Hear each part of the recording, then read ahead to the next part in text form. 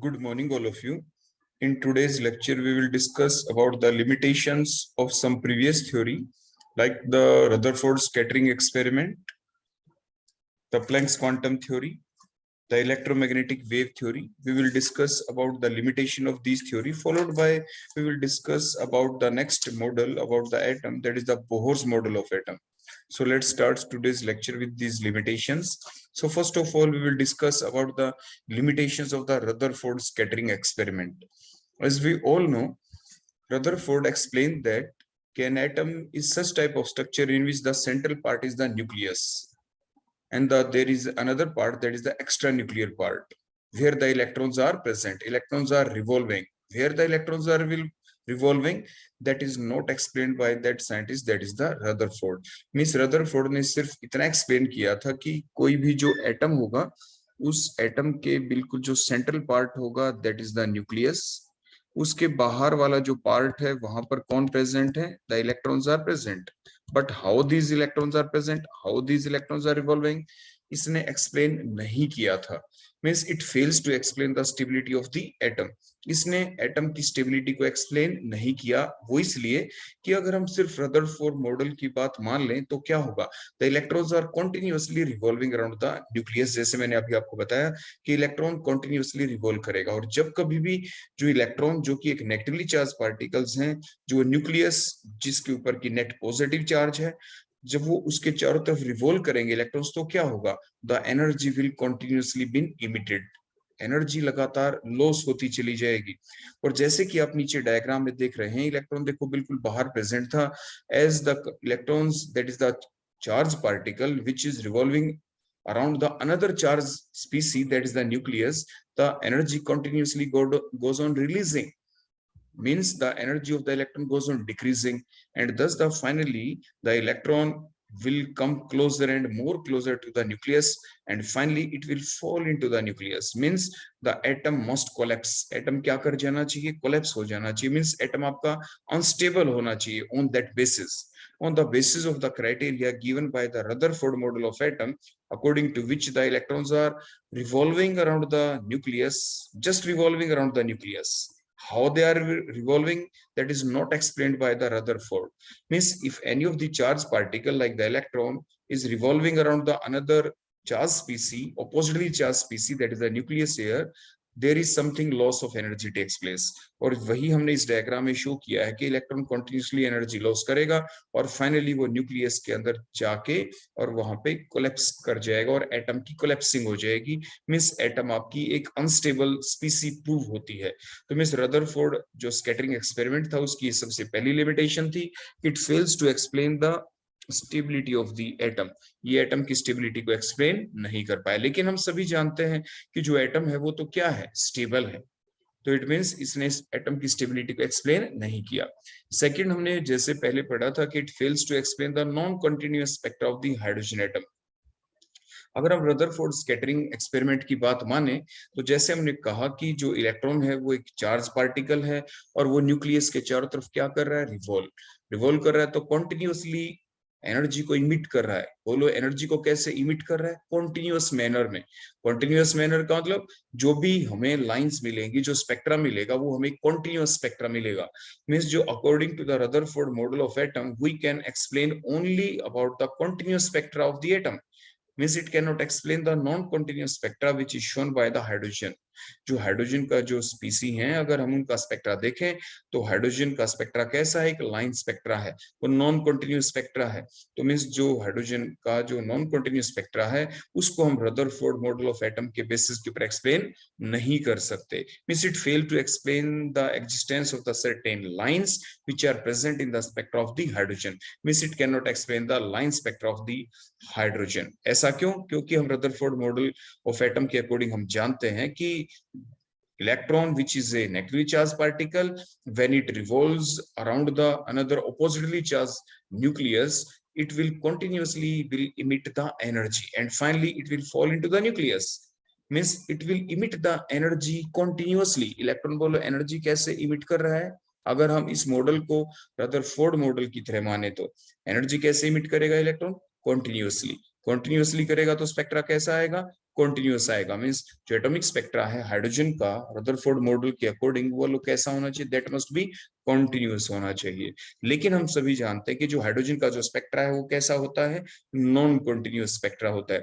ये हम ये पहले पढ़ भी चुके हैं कि हाइड्रोजन का जो स्पेक्ट्रा होता है it gives the different lines, that is the Lehman series lines, means when any of the outer shell electron will go into the बोलो कौन सी शेल, फर्स्ट शेल। अगर वो फर्स्ट शेल के अंदर आ जाता है तो वो कौन सी होगी बोलो, Lyman series, which is been explained. और वो एनर्जी जब इमिट होती है जब भी कोई आउटर शेल इलेक्ट्रॉन कहाँ पे आ जाता है बोलो, फर्स्ट शेल के अंदर आ जाए। फर्स्ट शेल के अंदर जब इलेक्ट्रॉन देखो आ गया कहीं से भी, आउटर शेल के अंदर कहीं पे भी इलेक्ट्रॉन था, it will come into the first shell, then the energy will release, energy बोलो रिलीज हो जाएगी। और वो रिलीज होगी तो कौन से रीजन में होगी, हमने पहले भी बताया था, that is in the visible UV region of the electromagnetic spectrum. तो लेमान सीरीज को हम स्टडी कहाँ पे करते हैं, the UV region of the electromagnetic spectrum. उसके बाद नेक्स्ट हमने बताया था कि इलेक्ट्रॉन कहीं पे भी प्रेजेंट हो but if it will fall into the n/2 means second shell के अंदर आके इलेक्ट्रॉन फॉल कर जाए from any of the shell, तो मीन्स हमें फिर से लाइन स्पेक्ट्रा मिलता है, हमें लाइंस मिलती हैं, दी सीरीज ऑफ लाइंस, और during that the energy is released into the कौन सा रीजन बोलो, visible region of the IR spectra, visible region of the electromagnetic spectra. Note the IR, visible region of the electromagnetic spectra. So means the Balmer series of lines are observed in the visible region. Similarly, when any of the outer shell electron fall into the third shell, then the energy will release into the IR region of the electromagnetic spectrum. Means that is the line spectra of the hydrogen atom. ये हमने hydrogen atom का line spectra क्या किया था, explain किया था। और ये लाइन स्पेक्ट्रा हम रदरफोर्ड मॉडल ऑफ एटम के बेसिस के ऊपर एक्सप्लेन नहीं कर सकते, क्योंकि रदरफोर्ड मॉडल ऑफ एटम के अकॉर्डिंग तो जो इलेक्ट्रॉन है एनर्जी को कैसे इमिट करता है, वो कॉन्टिन्यूअस मैनर के अंदर इमिट करता है। तो हाइड्रोजन स्पेक्ट्रा रदरफोर्ड मॉडल के बेसिस के ऊपर तो कैसा होना चाहिए, कॉन्टिन्यूअस होना चाहिए। लेकिन हाइड्रोजन का स्पेक्ट्रा कैसा है, hydrogen spectra is non continuous, means that is the limitation of the Rutherford model of atom. Means it cannot explain that के hydrogen spectra is non-continuous. So that is the next limitation of the Rutherford model of atom. जैसे हमने ये भी पहले पढ़ चुके हैं कि जो हीलियम है, हम सभी जानते हैं ना कि जो आपका सन है, जो सन के अंदर से जो कॉन्टिन्यूअस जो एनर्जी इमिट हो रही है वो कैसे हो रही है, that is due to the presence of the helium nuclei. वहां पे न्यूक्लियर फ्यूजन रिएक्शन चलती है। Means helium is present in the atmosphere of the sun. Means helium was first noble gas that was detected in the spectrum of the sun, was not been explained by the Rutherford model of atom. वो कैसे किया था, क्योंकि हमें क्या मिला था, line spectra. हमें क्या मिलते हैं बोलो, लाइन स्पेक्ट्रा। लेकिन रदरफोर्ड मॉडल ऑफ एटम के बेसिस के ऊपर तो हम line spectra, non continuous spectra को हम एक्सप्लेन कर ही नहीं सकते। तो मींस जो इलेक्ट्रोमैग्नेटिक स्पेक्ट्रम जो लाइन आई जिससे कि एक्सप्लेन किया गया कि हीलियम जो एटमॉस्फेयर है सन का उसके अंदर हीलियम प्रेजेंट है, तो वो कैसे एक्सप्लेन किया गया था, by the line spectra, by the line spectra. जैसे डायग्राम के अंदर आपको यहाँ पे सारा सब कुछ हमने एक्सप्लेन कर दिया है। इसके बाद नेक्स्ट इन लिमिटेशंस को ध्यान में रखते हुए कि these are the limitation of the Rutherford model of atom. Similarly जो पहले थ्योरीज दी गई थी that is the electromagnetic wave theory, जिसमें इलेक्ट्रोमैग्नेटिक वेव थ्योरी के बेसिस के ऊपर हमने ये बताया था ना कि जो इलेक्ट्रोमैग्नेटिक रेडिएशंस हैं वो कैसी हैं, these are electromagnetic in nature. Means उसके अंदर दो कंपोनेंट होते हैं, एक इलेक्ट्रिक कंपोनेंट दूसरा मैग्नेटिक कंपोनेंट होते हैं। देयर आर टू कंपोनेंट, एक इलेक्ट्रिक कंपोनेंट और सेकंड बोलो कौन सा था, that is the magnetic component. At every of the point, किसी भी पॉइंट के ऊपर एक इलेक्ट्रिक कंपोनेंट होगा, एक मैग्नेटिक कंपोनेंट। और कैसे पार्टिकल चल रहे हैं बोलो, light particles in the form of the wave. और हर एक पॉइंट के ऊपर बोलो क्या होगा, एक इलेक्ट्रिक वेक्टर होगा और सेकंड बोलो क्या होगा, एक मैग्नेटिक वेक्टर होगा एट एवरी पॉइंट जहां पे भी वो पार्टिकल पहुंचेगा चलते हुए। उसके बाद हमने ये बताया था कि जो इलेक्ट्रोमैग्नेटिक रेडिएशंस है it require no medium, it moves with the speed that is the velocity of the light, that is 3 multiplied by 10 की पावर 8 मीटर पर सेकंड। ये सारी इलेक्ट्रोमैग्नेटिक वेव थ्योरी में हमने बातें एक्सप्लेन की थी, जिसमें हमने ये भी बताया था कि जो फ्रीक्वेंसी होती है उसका वेवलेंथ के साथ एक रिलेशन है कि nu is equal to C upon lambda. लेकिन इन सारी बातों के होने के बावजूद भी जो आपकी सिग्निफिकेंस थी इस थ्योरी की वो क्या थी कि according to the electromagnetic wave theory we can explain, बोलो कौन सी दो बातें, it can explain the interference, it can explain the diffraction, but but it cannot explain the photoelectric effect, it cannot explain the black body radiations. इन चीजों को explain नहीं कर पाई थी आपकी इलेक्ट्रोमैग्नेटिक वेव थ्योरी। सिमिलरली हमने प्लैंक्स क्वांटम थ्योरी भी पढ़ी थी, आपने ध्यान दिया होगा, जिसमें हमने ये बताया था कि एनर्जी जो भी ट्रांसफर होती है, मूव करती है, जब इलेक्ट्रॉन मूव करता है एक शेल से दूसरी शेल में मूव करता है, तो electrons from the any of the source always come और इमिट इन ए डिसकंटिन्यूअस मैनर। Discontinuous का मतलब in the form of the packet, in the form of the packet, and these packet are called as the quanta, and in case of the light these quanta, that packet of energy is called as a photon। ये सारी बातें हमने explain की थी planks quantum theory के अंदर, और planks quantum theory के बेसिस पे ही तो हमने एक्सप्लेन किया था कि E इज इक्वल टू क्या होता है, एच न्यू। क्या होता है E is equal to H nu, और ये इंटीग्रल मल्टीपल होता है एनर्जी एच न्यू का, तो इसलिए हमने कहा था E is equal to n h nu होता है। वहां पे एच आपका क्या था, प्लैंक्स कांस्टेंट। ये हमने प्रीवियस लेक्चर के अंदर एक्सप्लेन कर दिया था, लेकिन प्लैंक्स क्वांटम थ्योरी भी एक्सप्लेन नहीं कर पाई थी इंटरफेरेंस और डिफ्रैक्शन को, तो वो उसकी लिमिटेशन थी। और अभी इन्हीं सारी बातों को ध्यान में रखते हुए अब नेक्स्ट मॉडल आ गया, that is called as the Bohr's model of atom. जो बोहर मॉडल ऑफ एटम है, it is given by the scientist Bohr in the year 1913। 1913 में बोहर ने ये एक नया मॉडल दिया, जो प्रीवियस जितनी भी लिमिटेशंस थी उन सभी को ध्यान में रखते हुए ही मॉडल दिया गया था। Mainly Rutherford model of atom की बातों को ध्यान रखा गया था। रदरफोर्ड ने ये एक्सप्लेन किया था कि जो इलेक्ट्रॉन्स हैं वो मूव कर रहे हैं, लेकिन ये नहीं बताया कि वो किस टाइप से मूव कर रहे हैं। और रदरफोर्ड की बातों के बेसिस के ऊपर तो एटम क्या था, अनस्टेबल प्रूव होता है। तो उन बातों को देखते हुए बोहर साइंटिस्ट ने अपने मॉडल के कुछ मेन पोस्टुलेट्स दिए, और इन बातों को ध्यान रखा गया कि ये एक्सप्लेन कर पाए कि एटम एक अनस्टेबल नहीं, एक स्टेबल स्पीसी है। So on these all facts Bohr gives a model in the year 1913, and the main postulates of the Bohr's model of atom are: point number 1, the electrons are continuously been revolving the fixed path around the nucleus। जो electrons हैं वो continuously nucleus के चारों तरफ fixed path के अंदर move कर रहे हैं। लेकिन ऐसा रदरफोर्ड ने नहीं कहा था, उसने क्या कहा था कि electrons are just revolving around the nucleus. Where they are revolving, in which way they are revolving, वो रदरफोर्ड ने बिल्कुल भी एक्सप्लेन नहीं किया था। लेकिन बोहर्स ने अपने पोस्टुलेट के अंदर, फर्स्ट पोस्टुलेट के अंदर यही लिख दिया कि electrons are revolving in the fixed path around the nucleus. And जो ये फिक्स्ड पाथ होते हैं, जैसे हमने जिंक में भी देखा, जिंक की इलेक्ट्रॉन कॉन्फिगरेशन आप जैसे लिख के देखें, देखो these are the different fixed path, अगर इलेक्ट्रॉन कॉन्फिगरेशन के बेसिस के ऊपर आप देखेंगे। And these fixed path called as the orbit or the energy levels are also called as the energy shell।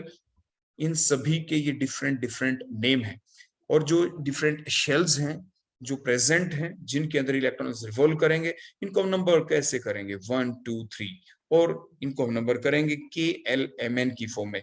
जो फर्स्ट शेल है उसको हम क्या कहेंगे, जैसे यहाँ पे जो फर्स्ट शेल है इज इक्वल टू 1, उसे आप K शेल कह देंगे। जो सेकंड नंबर की जो शेल है उसे आप क्या कह देंगे, that is called as the L shell.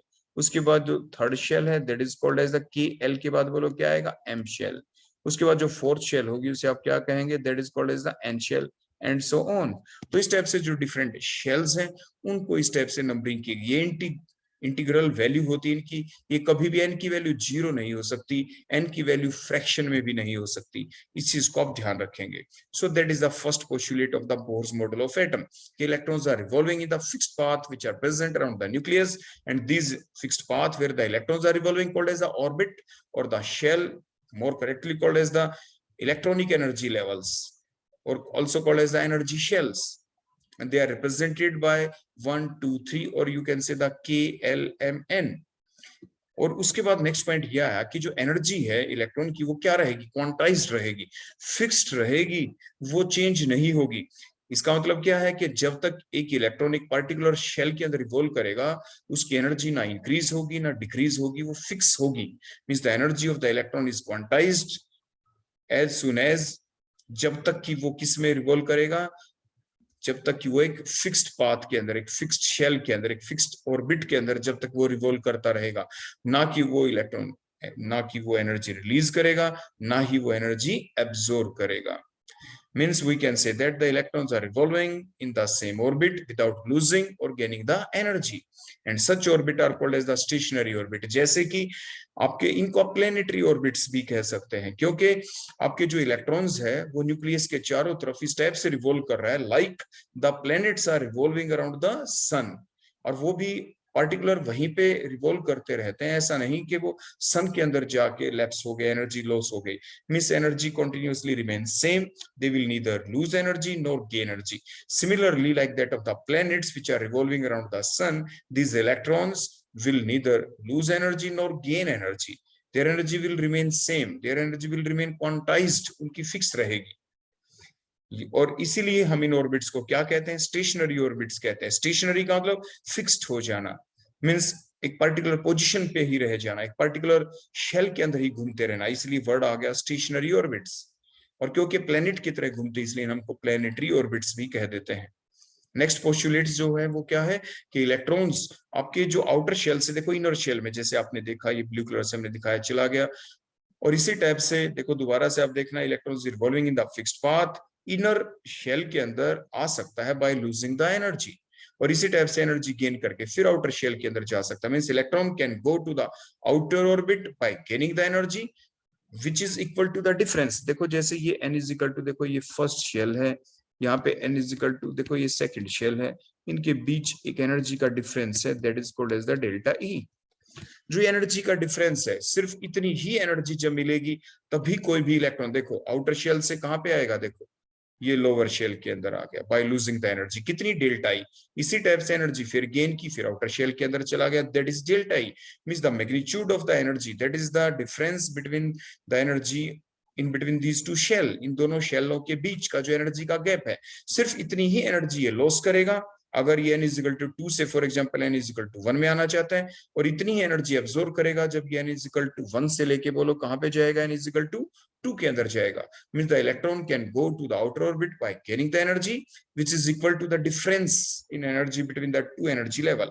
Similarly the electron can jump back, देखो ये जंप बैक कर गया टू द लोअर ऑर्बिट, देखो नीचे वाले में आ गया by losing the energy, energy को लूज करते हुए। तो इस डायग्राम में आप पर्टिकुलर देखो बिल्कुल अच्छे से आपको समझा रखा है कैसे इलेक्ट्रॉन देखो आउटर शेल से इनर शेल में आ रहा है bye gaining losing the energy, और कैसे इलेक्ट्रॉन गेन करके फिर दोबारा से आउटर शेल में इलेक्ट्रॉन चला जाता है। सो दैट इज द मीनिंग कि आपकी एनर्जी जो इलेक्ट्रॉन है उसकी एनर्जी क्वांटाइज रहती है, लेकिन जब वो फिक्स्ड अमाउंट ऑफ एनर्जी को एब्जॉर्ब करेगा तभी वो आउटर शेल में जा सकता है, और fixed amount of energy release करेगा तभी वो लोअर शेल में आ सकता है। उसके बाद नेक्स्ट पोस्टुलेट क्या आ गया कि जो एंगुलर मोमेंटम है किसी भी इलेक्ट्रॉन का किसी भी एटम के अंदर वो भी क्वांटाइज्ड है, वो फिक्स है।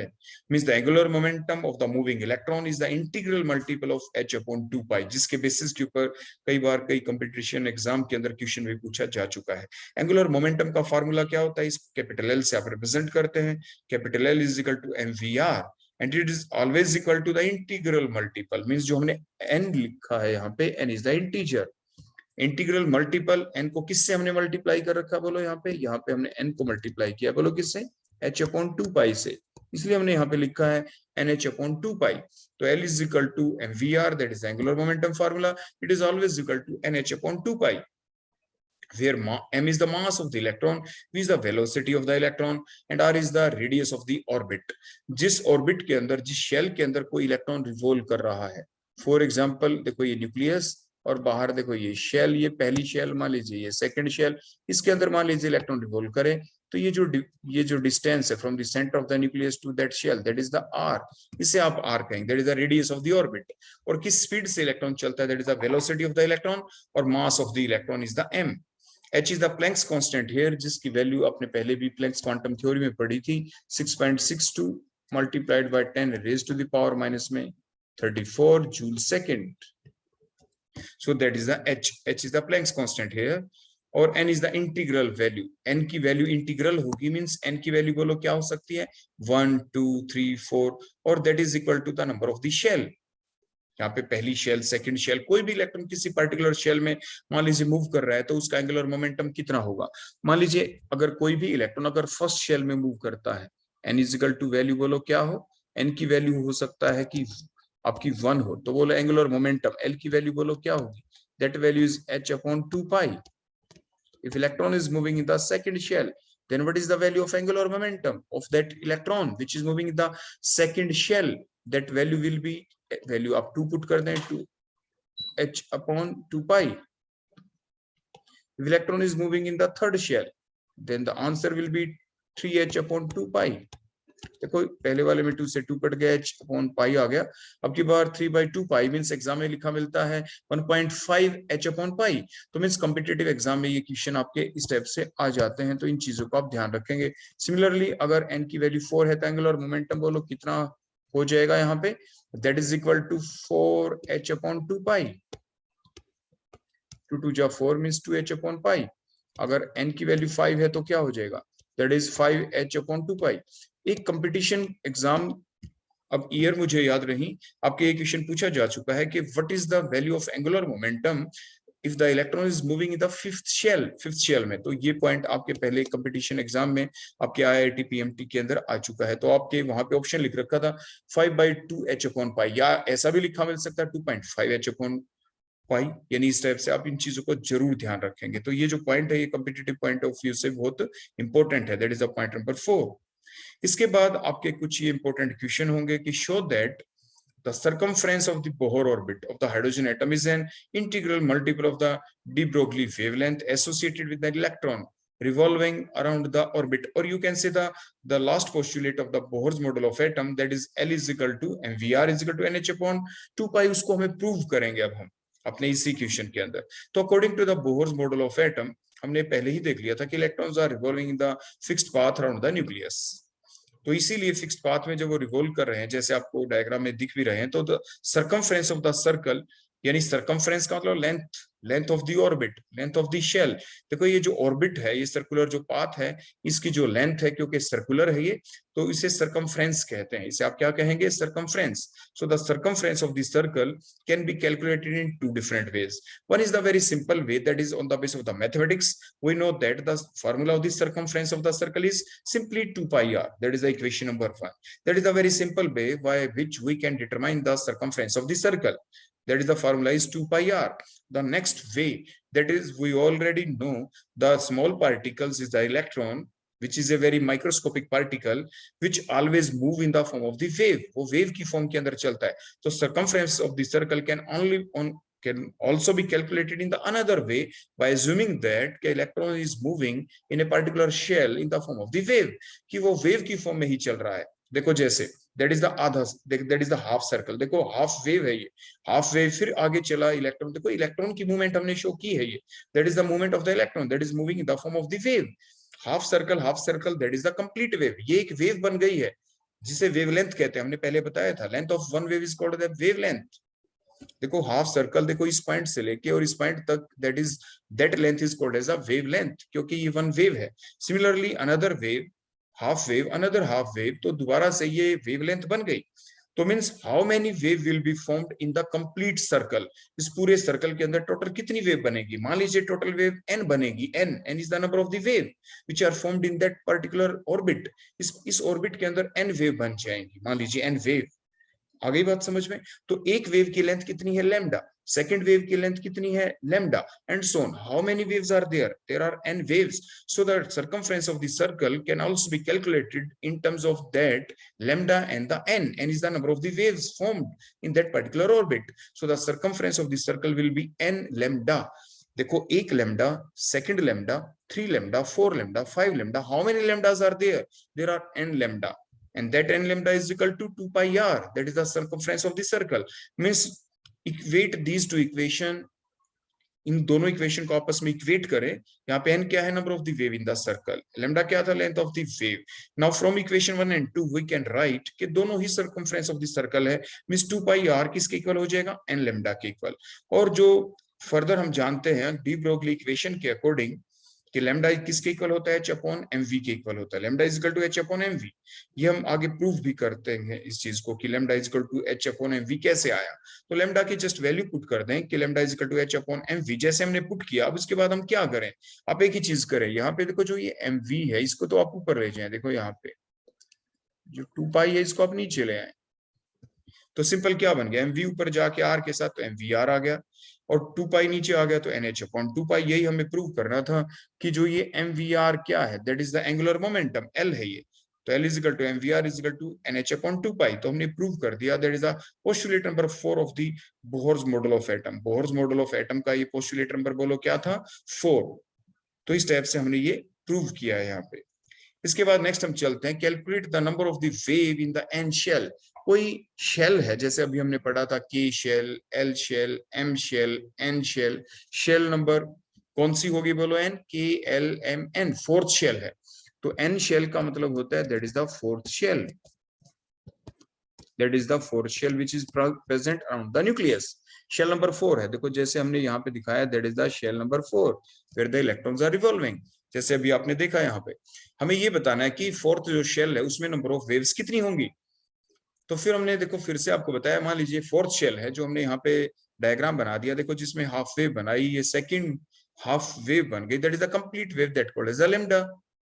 इसी टाइप से half wave, another complete wave, that is the lambda, that is the length of the wave.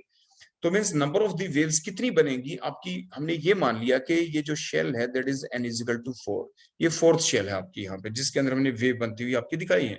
तो नंबर ऑफ दी वेव्स का फार्मूला हमें कैलकुलेट करना है। So the number of the wave in the n shell that is always equal to, देखो circumference of the circle को अगर हम divide कर दें बोलो किसी से, वेव लेंथ से, क्योंकि जो टोटल लेंथ है, टोटल लेंथ बोलो, टोटल लेंथ बोलो कितनी हो गई, 2 पाई r। देखो length of the fourth shell, देखो ये जो फोर्थ शेल है, ये जो सर्कल है ना, सर्कुलर फॉर्म में है, तो सर्कुलर फॉर्म में है तो इसकी जो टोटल लेंथ है बोलो, इसकी बोलो वो कितनी हो जाएगी, that is the 2 pi r, that is the length of the circle, that is the length of the circle. जो ये सर्कल है इसकी लेंथ कितनी होगी, और ये सर्कल कौन सा है, that is the fourth shell. मतलब फोर्थ शेल की जो लेंथ है, मान लीजिए हमने 2 पाई r लगा ली, और ये r क्या है, that is the distance from the centre of the nucleus to the fourth shell, that is the r, r is the distance. तो ये जो फोर्थ शेल है यहाँ पे जिसकी लेंथ 2 पाई r है, इस 2 पाई r के अंदर, इस 2 पाई r लेंथ के अंदर टोटल आपकी इस लेंथ को अभी हमने बताया था, तो अभी हमने कैलकुलेट किया था ना कि 2 पाई जो r होता है it is also equal to n lambda, अभी तो हमने प्रूव किया था ये दोनों इक्वल होती हैं। n क्या है यहाँ पे, n है number of the waves, n क्या थी बोलो यहाँ पे, नंबर ऑफ द वेव्स, अभी हमने देखा था। तो n तो नंबर ऑफ वेव्स हो गई, तो फिर हम क्या करेंगे बोलो, n की वैल्यू कैसे निकालेंगे, n is equal to 2 pi r upon lambda, 2 pi r upon lambda. और जो डी ब्रोगली इक्वेशन है उसके अकॉर्डिंग आप जानते हैं कि n इज इक्वल टू बोलो क्या, 2 पाई r।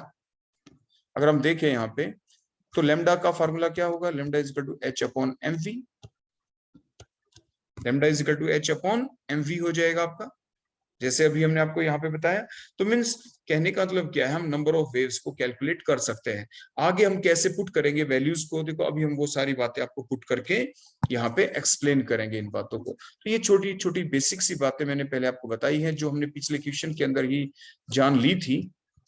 अब देखो आगे further, according to de Broglie equation हम क्या जानते हैं, लैम्डा किसके इक्वल होता है, h upon mv, that is the formula जो अभी हमने ऊपर लिखा कि जो नंबर ऑफ जो वेव्स हैं वो किसके इक्वल होंगी, क्योंकि हमने ऊपर लिख दिया था नंबर ऑफ वेव्स किसी भी पर्टिकुलर शेल के अंदर, उसको तो देखो हम n से ही रिप्रेजेंट करेंगे। तो ये हमने क्यों लिखा n is equal to 2 pi r upon lambda, क्योंकि अभी हमने बताया था कि the length of the circle is always equal to 2 pi r and the length of the circle is also equal to n lambda। तो यहीं से तो हमने ये निकाला, ऊपर वाला फार्मूला यहीं से आया है आपका। तो n बोलो किसके इक्वल हो गया, 2 पाई r अपॉन लैम्डा, देखो ये 2 पाई और डिवाइड बाय लैम्डा। अब सिर्फ हमें वैल्यू पुट करनी है यहाँ पे, किस चीज की वैल्यू पुट करेंगे, तो लैम्डा की वैल्यू। तो डी ब्रोगली इक्वेशन के अकॉर्डिंग जो लैम्डा की देखो ये जो वैल्यू होगी इसको हम यहाँ पे इस फार्मूले में पुट कर देंगे। सेकंड पॉइंट, जो एंगुलर मोमेंटम जो फोर्थ पोस्टुलेट था हमारा बोहर्स मॉडल का, वो क्या था कि angular momentum L is equal to mvr is always equal to the integral multiple of nh upon 2 pi. तो यहां से हम r की वैल्यू कैलकुलेट करेंगे, बोलो r किसके इक्वल हो जाएगा, mv को आप नीचे ले आए यहाँ पे, तो r इज इक्वल टू बोलो क्या हो जाएगा, r is equal to nh upon 2 pi mv, that is the equation number 2। Means यहां से r की वैल्यू आ गई। तो जो r की वैल्यू आएगी हमारी, इसको कहां पे पुट करेंगे, 2 पाई r में, देखो यहाँ पे पुट कर देंगे। तो मींस जो भी हमारा जो फार्मूला है नंबर ऑफ वेव्स का वो क्या है, circumference of the circle 2 pi r। 2 pi r में r की वैल्यू चाहिए, वो कैसे पुट करें, वो हमने बोहर्स के 4 पोस्टुलेट से पुट की। उसके बाद लैम्डा की वैल्यू वो डी ब्रोगली इक्वेशन की बेसिस के हम पुट करेंगे। तो देखो, put the value of equation 1 and 2 means put the value of lambda and the value of r in the above formula of number of waves. तो जैसे हम पुट करेंगे number of the wave in the N shell is equal to 2 pi NH upon 2 pi MV। देखो हमने ये put कर दिया यहाँ पे। देखो 2 पाई एच सच रहा, और उसके बाद आर की वैल्यू बोलो क्या थी, आर इज इक्वल टू बोलो क्या था, NH अपॉन 2 पाई MV। अब उसके बाद हम मल्टीप्लाई बोलो किससे करेंगे, हम किसकी वैल्यू पुट करें नीचे, लेमडा। तो लेमडा क्या था, H अपॉन MV। देखो ये हमने लेमडा की वैल्यू पुट कर दी।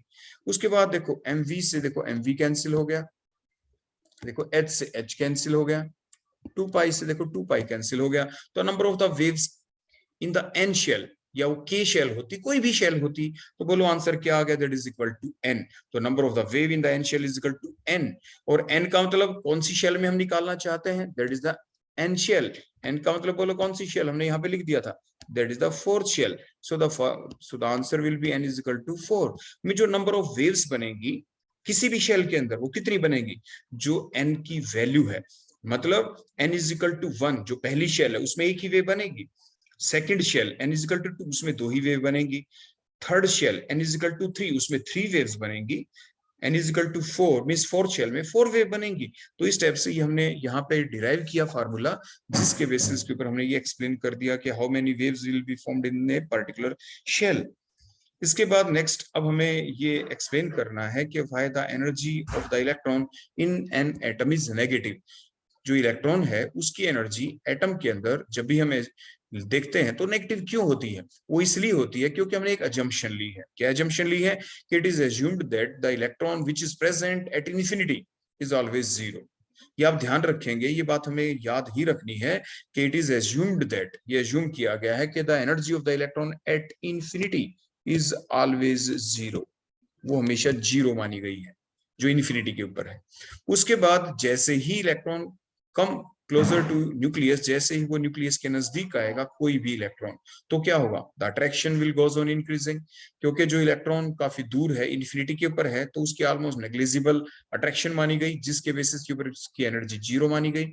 और जैसे ही इलेक्ट्रॉन न्यूक्लियस के नजदीक आएगा, न्यूक्लियस को अप्रोच करेगा, तो क्या होगा, द अट्रैक्शन, देखो ये इलेक्ट्रॉन पे थोड़ा नजदीक आ गया, अट्रैक्शन हो गई इलेक्ट्रॉन और बोलो किसके बीच, न्यूक्लियस के बीच, तो क्या होगा बोलो, energy will release, energy will release, energy निकल जाएगी, अट्रैक्शन इंक्रीज होगी, एनर्जी रिलीज होगी, और एनर्जी रिलीज होने से क्या होगी, लेस देन जीरो हो जाएगी एनर्जी इलेक्ट्रॉन की, और इलेक्ट्रॉन और नजदीक आएगा और अंदर वाली शेल में आएगा, और अंदर वाली शेल में आएगा, तो अट्रैक्शन और ज्यादा इंक्रीज होगी, एनर्जी और ज्यादा निकलेगी, एनर्जी जीरो से और कम हो जाएगी। और जीरो से कम एनर्जी होने का मतलब क्या है, जीरो से कम वैल्यू को नेगेटिव ही कहा जाता है। Means the energy of the electron in an atom is negative on that basis, on that assumption कि electron energy at infinity is zero. इसके बाद नेक्स्ट हम देखेंगे the success of the Bohr's theory. अब हम एक्सप्लेन करेंगे advantage of the Bohr's theory, कि Bohr's theory के बेसिस के ऊपर हम क्या चीज एक्सप्लेन कर पाए, बोहर्स थ्योरी के बेसिस के ऊपर हम एक्सप्लेन क्या कर पाए, सबसे मेन एडवांटेज इसकी क्या है, वो है कि हम एक्सप्लेन कर पाए about the stability of the atom, जो कि रदरफोर्ड मॉडल ऑफ एटम के बेसिस के ऊपर हम एक्सप्लेन नहीं कर पाए थे। So the main advantage of the Bohr's model of the atom is that it can explain the stability of the atom. क्यों, because according to the Bohr's model of atom, an electron is revolving in a particular orbit will neither lose energy nor gain energy. It will lose energy only if it jumps to the some lower energy levels. वो energy कब loose करेगा, जब वो कहां पे jump करे, outer से inner shell के अंदर। जैसे देखो ये लूज करके देखो ये अभी अंदर आ गया, यहाँ फिर गेन किया, दोबारा से बाहर चला गया। तो इसी टाइप से जब तक कोई अगर इनर शेल नहीं होती, देखो यहाँ पे तो इनर शेल है, ये इसलिए इलेक्ट्रॉन देखो मूव करते करते यहाँ पे आ गया। If there is no lower shell, कोई भी लोअर शेल है ही नहीं, तो it will continuously keep on revolving in the same orbit without losing any energy. तो मीन्स एनर्जी जो होती है वो क्वांटाइज्ड होती है, किसी भी इलेक्ट्रॉन की एनर्जी बोलो क्या होती है, क्वांटाइज्ड, फिक्स होती है, वो इंटीग्रल मल्टीपल की फॉर्म के अंदर चलती है। एनर्जी हमेशा जब एब्जॉर्ब भी होती है तो भी वो पैकेट की फॉर्म में होती है, आपकी डिसकंटिन्यूअस मैनर के अंदर होती है, तभी इलेक्ट्रॉन आपका बाहर या अंदर जा सकता है। तो means it can explain the stability of the atom. Next इसने क्या एक्सप्लेन किया, it can explain the atomic spectra of the hydrogen. क्योंकि जो एनर्जी बोहर्स मॉडल के बेसिस के ऊपर कोई भी इलेक्ट्रॉन जब कभी भी एनर्जी को गेन करता है या लूज करता है तो वो क्वांटाइज्ड मैनर के अंदर करता है, वो फिक्स्ड वैल्यू होती है, वो इंटीग्रल वैल्यूज होती है, वो कॉन्टिन्यूअस मैनर के अंदर एनर्जी को लूज नहीं करता। कि मीन्स वो फिक्स्ड पैकेट को क्या कहते थे वहां पे हमने प्लैंक्स क्वांटम थ्योरी में पढ़ा था, उसे आप कहते थे क्वांटा, फोटॉन्स की form in case of the light energy. Means energy is always gain और lose discontinuously and never in a continuous manner. और जब डिसकॉन्टिन्यूअस मैनर के अंदर एनर्जी रिलीज होगी तो हमेशा ही कुछ लाइंस हमें मिलेंगी स्पेक्ट्रा के अंदर। Means on the basis of the Bohr theory, we can explain the line spectra of the hydrogen atom. We can explain the atomic spectra of the hydrogen atom. जैसे कि हमने सन स्पेक्ट्रा के अंदर ये देखा था कि किस टाइप से जो सन है उसके इन्वायरमेंट के अंदर हीलियम है, हीलियम एटम्स प्रेजेंट है, सोर्स ऑफ हीलियम है। तो सोर्स ऑफ हीलियम की वजह से ही तो वहां पे हाइड्रोजन के आइसोटोप्स हैं, आपस में मिलते हैं और हीलियम बन जाता है, और जिसकी वजह से फ्यूजन रिएक्शन वो चलती है, large amount of energy release होती है, और जिसकी वजह से कंटिन्यूअसली कितने सालों से हम लगातार कंटिन्यूअसली एनर्जी हमें मिल पा रही है। सो that is the explanation on the basis of the Bohr's model of atom. It can explain the atomic spectra of the atom. किसी भी एटम का जो लाइन स्पेक्ट्रा है उसको हम बोहर्स मॉडल ऑफ एटम के बेसिस के ऊपर एक्सप्लेन कर सकते हैं। नेक्स्ट एप्लीकेशन क्या है कि on the basis of the Bohr's model of atom we can calculate the energy of an electron which is moving in a particular orbit. वो particular orbit के अंदर कोई भी जो इलेक्ट्रॉन जब मूव करता है तो उसकी एनर्जी कितनी होगी। तो एनर्जी के बारे में हम तो जानते हैं इजिकल टू एच न्यू, जो प्लैंक्स क्वांटम थ्योरी ने बताया था, और nu is equal to C upon lambda, तो is equal to H C upon lambda, and it is also equal to that particular formula. इसको हम बाद में डिराइव भी करेंगे अपने नेक्स्ट लेक्चर के अंदर, के is equal to -2 pi square Z square E4 mk square divided by n square h square. हम इन सारी बातों की यहाँ पे वैल्यू पुट कर दें और सिर्फ क्या रखें अपने पास, हम बचा के अलग से रख लें, एक तो z को देखो z स्क्वायर, एक n को देखो n स्क्वायर, और सारी वैल्यूज अगर हम पुट कर दें तो हमारा आंसर आता है -1312 z square upon n square kilo joule per mole. यहाँ पे जो एनर्जी हमने निकाली है इलेक्ट्रॉन की which is moving in a particular shell, n is the number of the shell. देखो यहाँ पे हमने लिखा है ना en का मतलब यहाँ पे n क्या है, n is the number of the shell, और इसकी वैल्यू 1 2 3 4 यानी इंटीग्रल वैल्यू ही होगी यहाँ पे n की।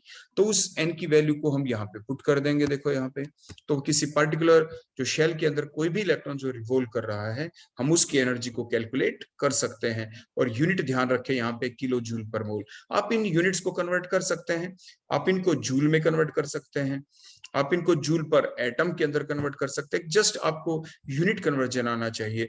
किलो जूल के अंदर 1000 जूल होते हैं, मोल को एटम में कन्वर्ट करेंगे तो 1 मोल के अंदर एवोगैड्रोस नंबर जितने एटम होते हैं। तो यानी ये जो बेसिक बातें हैं ये हम नेक्स्ट लेक्चर के अंदर आपको कैलकुलेट भी करके दिखाएंगे। यहाँ पे जेड क्या था बोलो, एटॉमिक नंबर है किसी भी स्पीसी का, जो कि 1 इलेक्ट्रॉन स्पीसी होनी चाहिए। यहाँ पे इसकी आगे हम पढ़ेंगे लिमिटेशन क्या है बोहर्स मॉडल ऑफ एटम की, वही इसकी लिमिटेशन भी बनेगी कि that Bohr's model of atom is applicable, इसका जो एनर्जी का ये फार्मूला है that is applicable only for the species which are 1 electron species, जो 1 इलेक्ट्रॉन स्पीसी के ऊपर ये एप्लीकेबल होगा।